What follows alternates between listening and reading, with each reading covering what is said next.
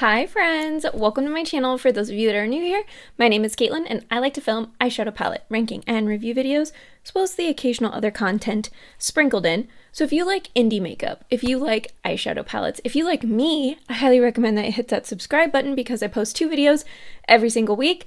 And for those of you that are not new here, my face is happy that you are seeing it again, and I am so excited. I was not expecting this palette to arrive today, so I'm really excited to be able to start this video today. But the palette that I'm talking about, you already know because you can see it in the title, but it's the Flying Fiddles palette from Adept Cosmetics. In the event that you have not seen what this packaging looks like, I want to show it off here, but this is also what the inside of the palette looks like. Mine's less pretty because I have already swatched it, so that marbled shade lost some of the marbling, but that's all right. But yeah, that is what we are working with. So I am going to go over some information on the palette. I'm going to do a demo of one look, and then I will show you and talk through 2 additional looks. The reason that I do that is just for time purposes. I don't want these videos to be super long, and but I still want to give you 3 looks to be inspired by. And I know some of you prefer the demos, some of you just want give me that review quickly, so I feel like this is a good middle ground, and it's also easier for me to edit and post. But anyways, that's going to be the plan, so let's go ahead and get started.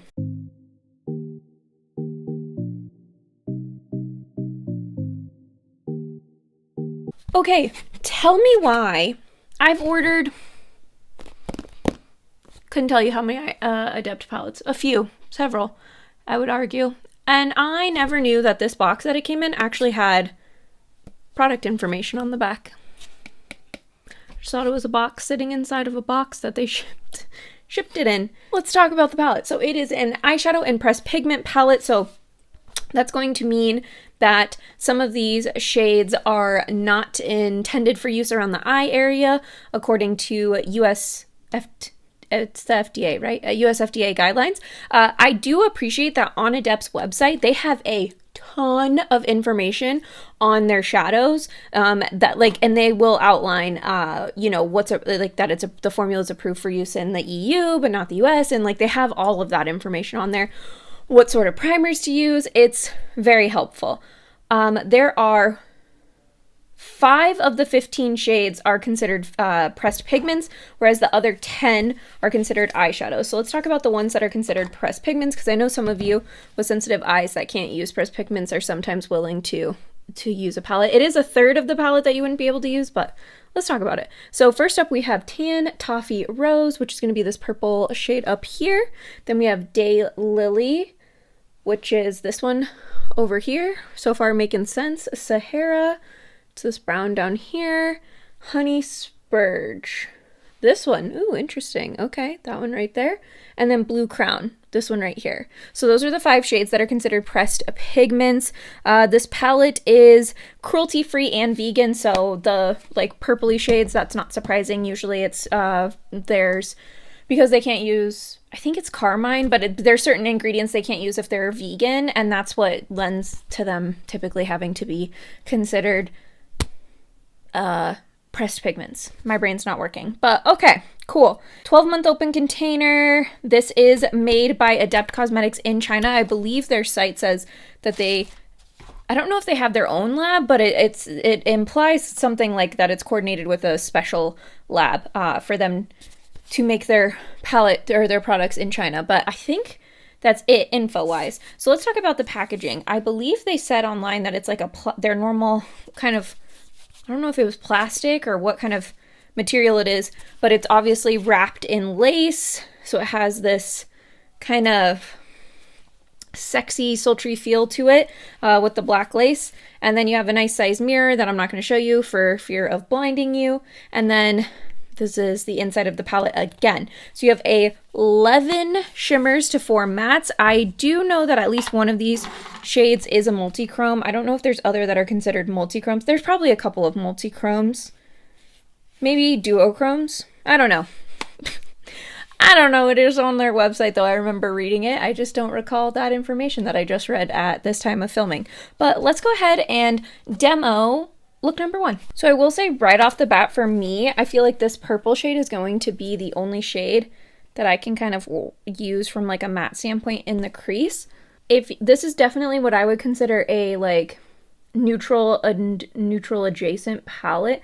You have a singular brown matte, but it's purple and blue mattes otherwise, but I would argue that a lot of these shimmers lean on the more neutral end. So I think you're gonna want to be a neutral or neutral adjacent loving girly to pick this one up. If you love color, I don't think you're gonna, just off of my eyeballs, I don't think this is going to do a lot for you because there's quite a few neutral shimmers in this palette. That matte felt and blended really nice, that tan toffee rose. So I know the mattes in the Heather Austin palette were not my favorite. And then I feel like, what palettes have I gotten from them since then? I feel like I didn't love the Arrow inspired ones, but I don't know that that was a quality issue so much as like a color story thing for me. They were so, there was like such a contrast between them. I didn't feel like there was a good like in-between blending shades for how I like to blend my eyeshadow. But Sumerian Sunset and Element 115 for sure had my favorite matte shades to them. So now we're gonna go into Green Kelly, which is the teal matte down here. We're gonna see how this blends into that purpley shade. I feel like they should blend in fine to each other. I feel like this purple matte is gonna be a good transition shade for these other matte shades in here. But I wanted to demo the most, about as colorful of a look as you're gonna get with this palette, and then be able to just like do the other looks before work, because I think this will be a really good palette to still have fun and special looks, but not feel like I'm wearing something like totally out of the box for work. You know, it'll be the palette for the days where I have a big meeting. Okay, so that's gonna be the crease, and then I want to use, I don't know. I'm trying to decide between Blue Crown and Pompon Button. I'm kind of leaning towards Blue Crown with Scorpion Glass on the lid. I think that's what we're gonna do. I don't know why, those two are just calling to me. Now I do believe on Adept's website, they typically recommend putting the shadow with a tacky base, and I am not going to do that because that causes more creasing for me. Although I will say when I swatched some of the shades in this palette, they felt drier than I feel like Adept shadows typically do, and I know for some people that might be a bad thing, but for me, some of their shades are so creamy that they crease on me like within seconds, basically.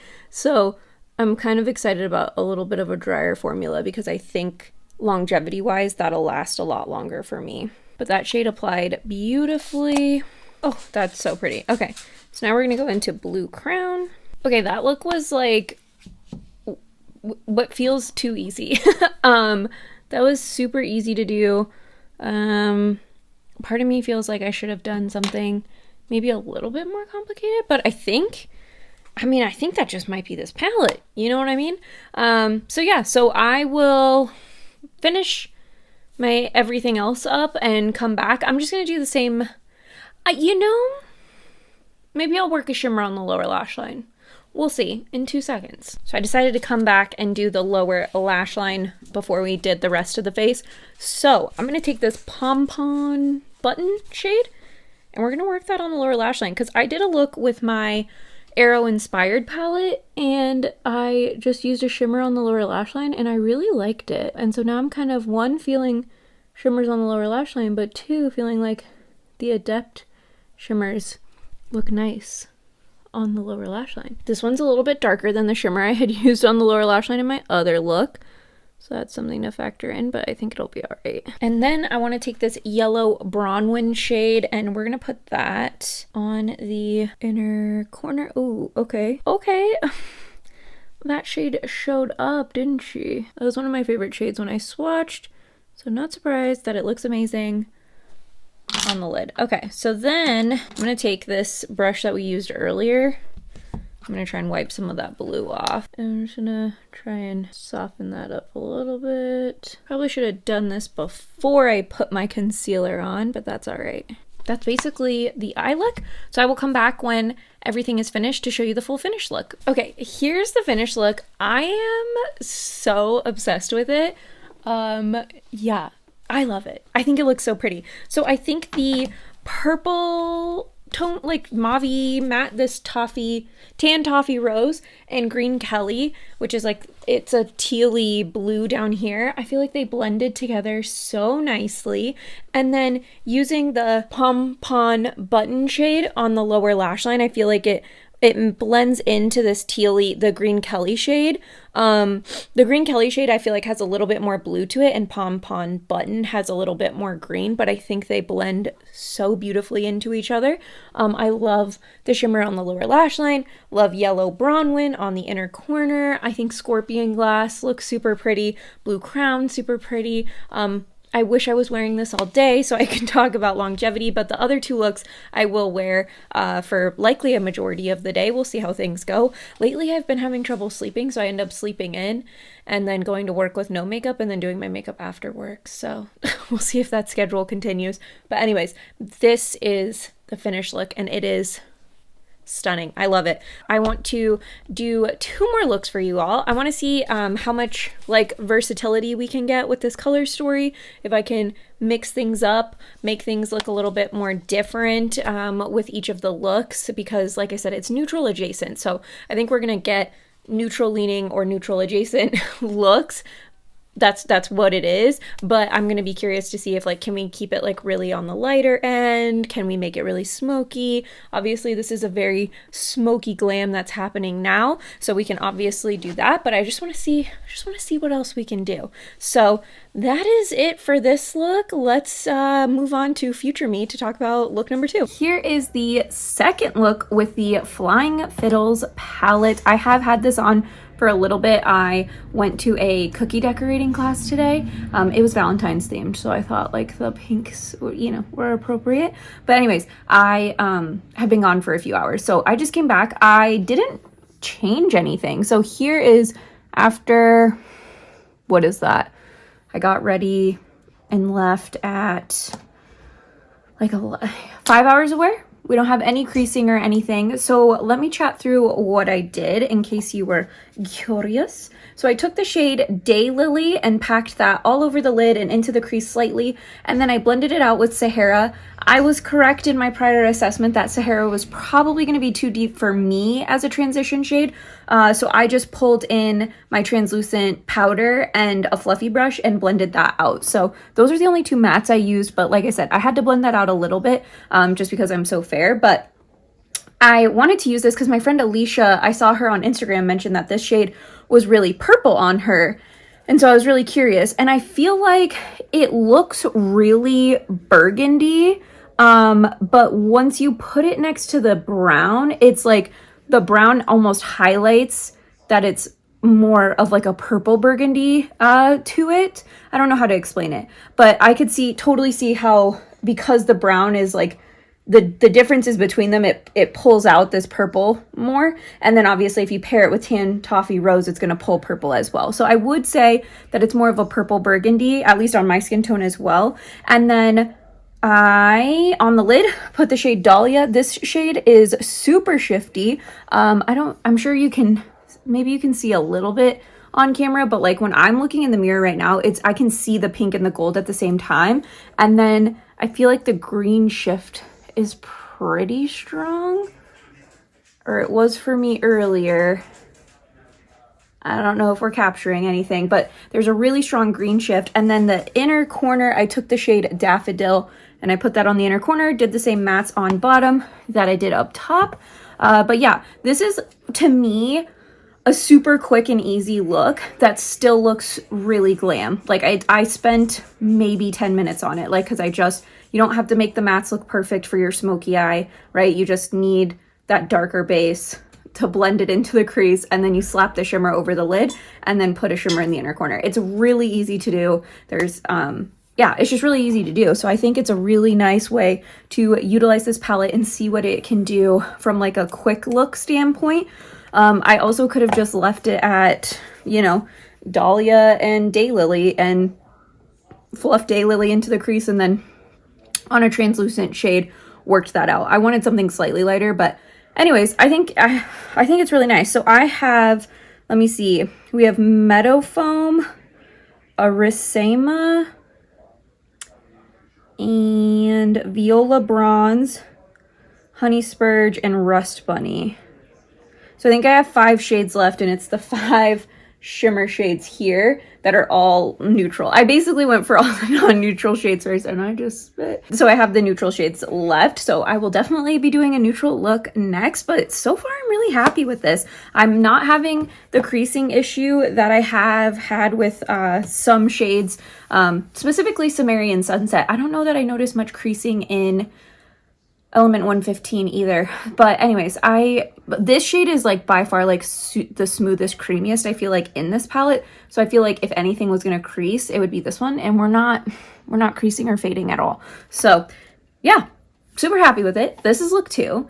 Now let's move on to look 3 and then final thoughts. Here is look number 3, and some of you might be mad at me, but I don't really care. I used a bronzer in the crease. I did not use a matte from the palette. I used a bronzer in the crease.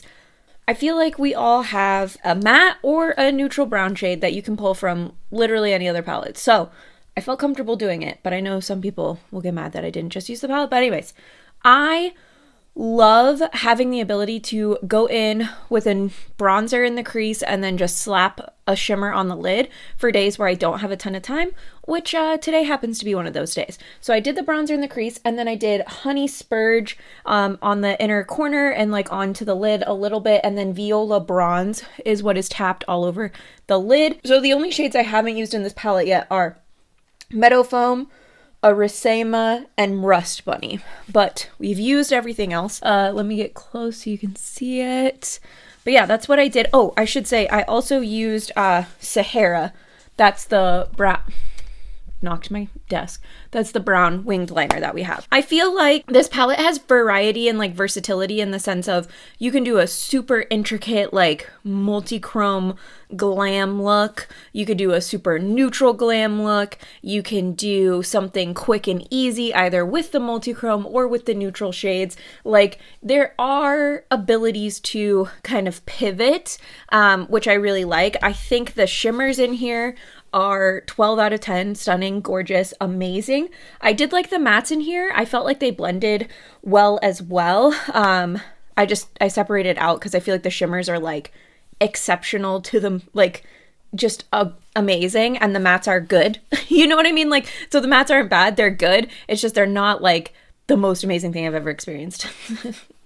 The shimmers might be. So that's why I wanted to differentiate them. But I do think they're really pretty. I think you have a ton of shifty shades in this palette. You also have some like basic neutral shades like what I kind of used today. This look isn't going to shift. And of course I'm getting mascara onto my eyelid. But anyways, this is definitely a good palette. I really enjoy it. I think if you're thinking about it or interested in the color story, I don't think you'd be disappointed in it. I don't feel like there's any shades that I would consider duplicates. Like I feel like there's shades that look similar in photographs and even the swatches that I did, but they shift differently. So like Honey Spurge and Yellow Bronwyn, there's a shift in this one that doesn't exist in this one. So on the lid, I feel like that's definitely different.